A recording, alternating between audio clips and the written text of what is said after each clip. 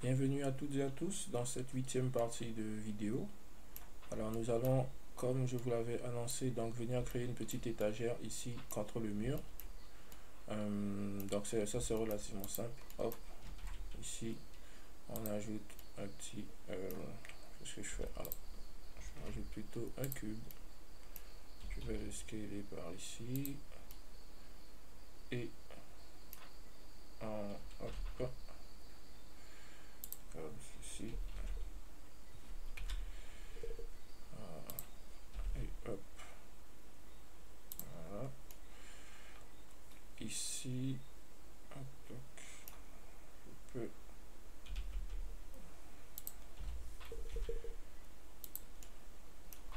ok. Alors juste je le déplace, je passe en origine au niveau de cette face. Et maintenant je peux venir le plaquer donc sur la face ici. Alors ici je vais monter un peu, à peu près ici.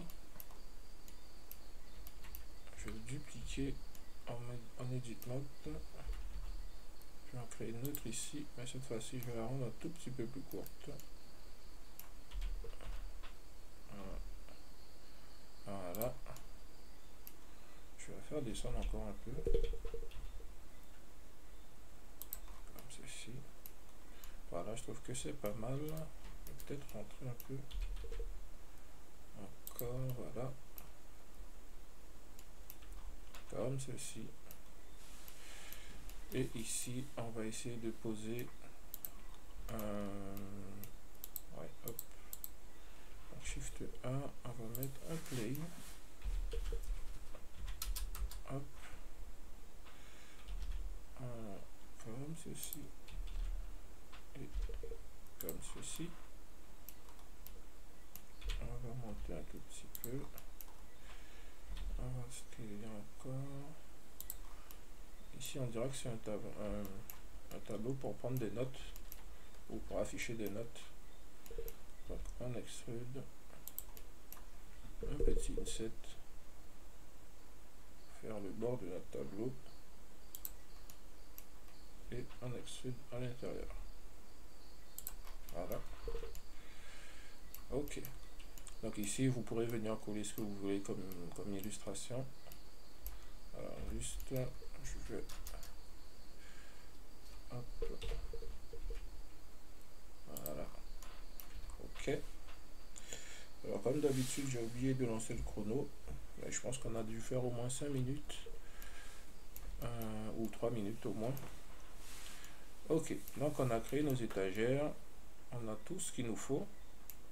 On peut commencer à assigner donc des couleurs à nos objets. Et puis ici, ne pas oublier donc de les parenter à l'objet un petit ici. Pour qu'ils puissent tous les faire bouger. Hop.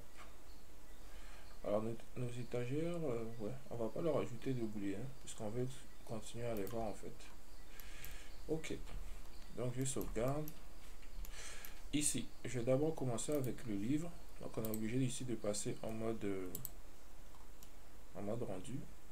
Alors ma lampe n'est plus visible. J'ai dû la masquer ici. Voilà. Hop. Ok. Donc je peux même rapprocher ma lampe un peu en fait ici.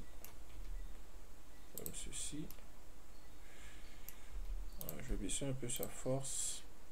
Donc ici, n'oubliez pas d'activer les ombres, sinon ça ressemblera à rien. Je peux baisser ici un peu à 700. J'ai dit 700, 70. Voilà.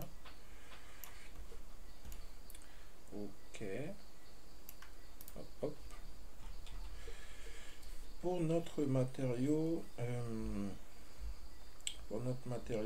donc livre, on va venir créer une petite composition. Vous verrez relativement simple. Donc ici, je vais l'ajouter un nouveau matériau. Je remplace donc le principe shader ici par un diffuse. Tout ça je peux laisser en opaque en fait. Et là, je vais venir chercher, je vais venir du moins créer, composer ici faire ma composition le nœud. Donc ici, je rajoute tout de suite un objet info. Ici, je rajoute un opérateur mat qui va me permettre de randomiser en fait mes couleurs. Et je rajoute tout simplement donc comment il s'appelle encore, un U saturation. Ici, je connecte tout ceci. Donc ici, on veut randomiser comme ceci. Ici, ici et ici, ici. Je peux ranger un peu mieux tout ceci. Hop. S, un Y pour bien aligner. Et je viens assigner une couleur ici. Par exemple du jaune. Ok. Et maintenant, si je duplique cet objet, regardez, Shift D, il va automatiquement prendre une autre couleur. Vous voyez, vraiment très pratique. Donc pour l'instant, on n'a pas fini. Ici, on peut même créer un petit nœud pour ne pas avoir en fait à rentrer à l'intérieur et pouvoir contrôler tout ça de l'extérieur. Donc, on sélectionne tout. CTRL G pour créer un groupe. Ici, on va simplement sortir la couleur et ici. Donc, les paramètres ici, on peut les nommer également. Hop. Non. Les valeurs ici. Donc, couleur, on peut laisser couleur. Ici, on va juste nommer random. Ok.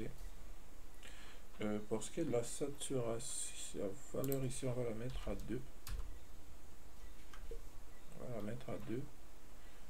On peut aussi sortir ces valeurs en fait, mais elles ne sont pas forcément utiles au niveau de la saturation. On va les sortir juste par mesure de précaution. Donc hop et hop. Le roughness, c'est pas nécessaire. Et notre opérateur, on va le passer plutôt en multiplie. Et là, si on joue, ok, voilà, la saturation, la valeur ici. En fait, on n'a pas besoin, je vais la supprimer. Je veux vraiment une interface simple. On va garder comme ceci. Ici, on peut le nommer random tout simplement. Ok. Ici, on peut réduire de nouveau. On n'oublie pas de sauvegarder. On nomme notre ici random. Ok. On vient rajouter un nouveau. Hop. On va chercher du diffuse. De nouveau. On va l'appeler blanc. Donc ça, c'est pour l'intérieur de notre livre. Et on va aller tout simplement sélectionner donc cette partie et assigner la couleur blanche. Voilà. Maintenant, notre livre, on peut venir le poser sur les étagères ici. Donc, je peux Shift D, Shift S, hop. Voilà. Rotation Z 90. J'ai un Y, comme ceci. Ici, je peux me déplacer en X. Et là, je duplique autant de fois que je le souhaite. Et je redimensionne en X, en Z, etc. pour créer des variantes de mon livre. Ok. Ici. Vous voyez, c'est vraiment très pratique. Ici, je peux en faire poser certains, les faire tourner en fait. Hop. Donc là, je passe en individuel.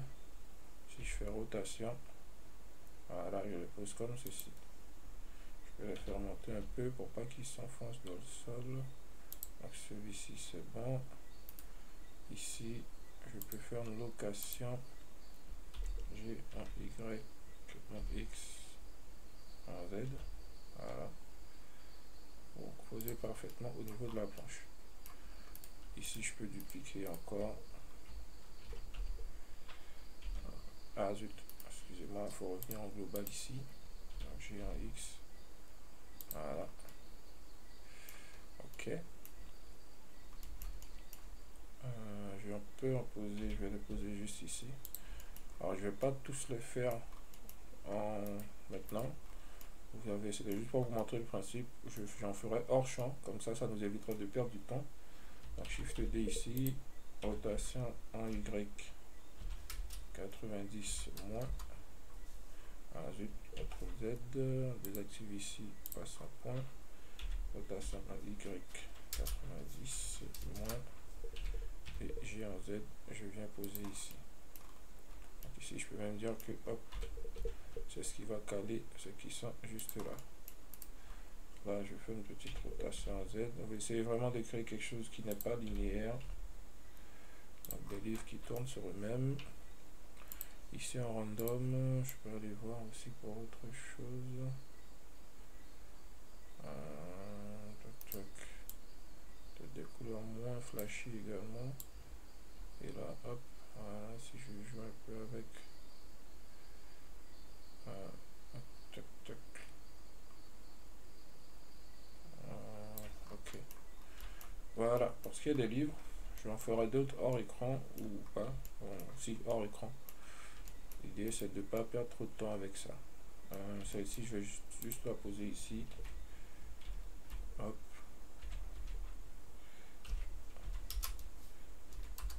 Hop. Donc, hop, ici. Voilà. Voilà. Petite rotation. Ok. Je regarde le temps. Alors, on est déjà... Je pense qu'on est déjà au moins à 12 minutes. Ok. Et pour l'instant, on n'a fait que les livres. Alors, qu'est-ce qu'il nous manque à faire? On va faire également le matériau pour le mur ici. Donc, on peut supprimer, on peut déjà le nommer ici mur ou béton. On va dire béton. On le remplace par un diffuse. Hop. Allez. A, hop. Voilà. Ici, on va chercher Shift A. Non. Shift A, combine XZ. Non, c'est pas le combine. Shift A, c'est le séparate. Séparate. Ici, ça je supprime. Là, je peux aller chercher donc Shift A, un mapping que je connecte là et un texture coordinate. Donc, hop, que je connecte dans objet et vecteur comme ceci. Ok. Ici, je vais venir ajouter un colorant. Alors, je ne le connecte pas tout de suite. Je vais juste vous montrer ce qui permet de faire comme différence. Ici, vous passez en constant et vous passez cette valeur à 0.5. Ici, je ajoute un mix RGB que je vais connecter donc dans Z ici. Ici, je peux assigner une couleur, par exemple, comme ceci, et une couleur ici, du blanc en fait. Je vais mettre du 0.9 et que je connecte ici. Donc, vous pouvez voir en fait que ça nous fait notre nuance. Le problème, c'est que cette nuance, on ne veut pas qu'elle soit dégradée. On veut qu'elle soit vraiment linéaire. Et justement, en ajoutant ici, hop, vous voyez, ça me fait ceci. Alors, il y a juste un petit problème. Ce matériau est aussi affecté donc au meuble ici et à celui-ci. Donc, on va juste les dissocier et ce sera réglé. Donc, ici, on peut rapprocher. Hop, en nettoie un peu. Ici, en fait, en utilisant un séparate, on dit à Blender de récupérer uniquement ce qu'on a dans l'axe des Z. Et ici, on peut jouer avec la hauteur, comme ceci. D'accord? Moi, je vais fixer à peu près ici. Ceci, on va laisser à l'extérieur. et cela on peut les fusionner dans CTRL G et sortir uniquement donc les deux couleurs ici. Hop, hop,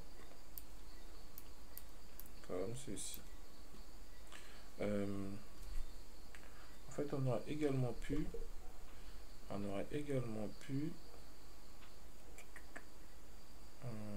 en fait, vous pouvez faire des rotations ici, mais ça, moi, je vais pas m'en servir. On aurait pu faire différemment. En fait, je vais juste sélectionner ça, CTRL C. Ici, je supprime et je vais les ajouter à l'intérieur. CTRL V, finalement, je déplace ici, je reconnecte ici,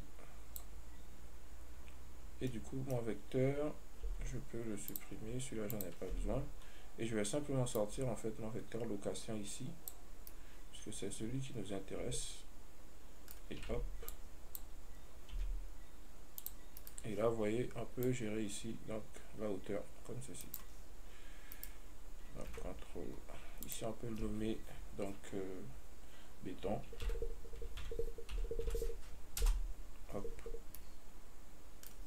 Et également ici, c'est déjà fait. Ok, béton. Ok. Ici, je vais dissocier. Hop. Et hop.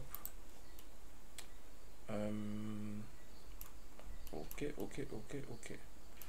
Alors pour cette vidéo, on va s'arrêter là, puisqu'on a déjà un peu dépassé pas mal le temps. On va continuer dans la prochaine partie. Moi, je vous dis à très bientôt pour la suite.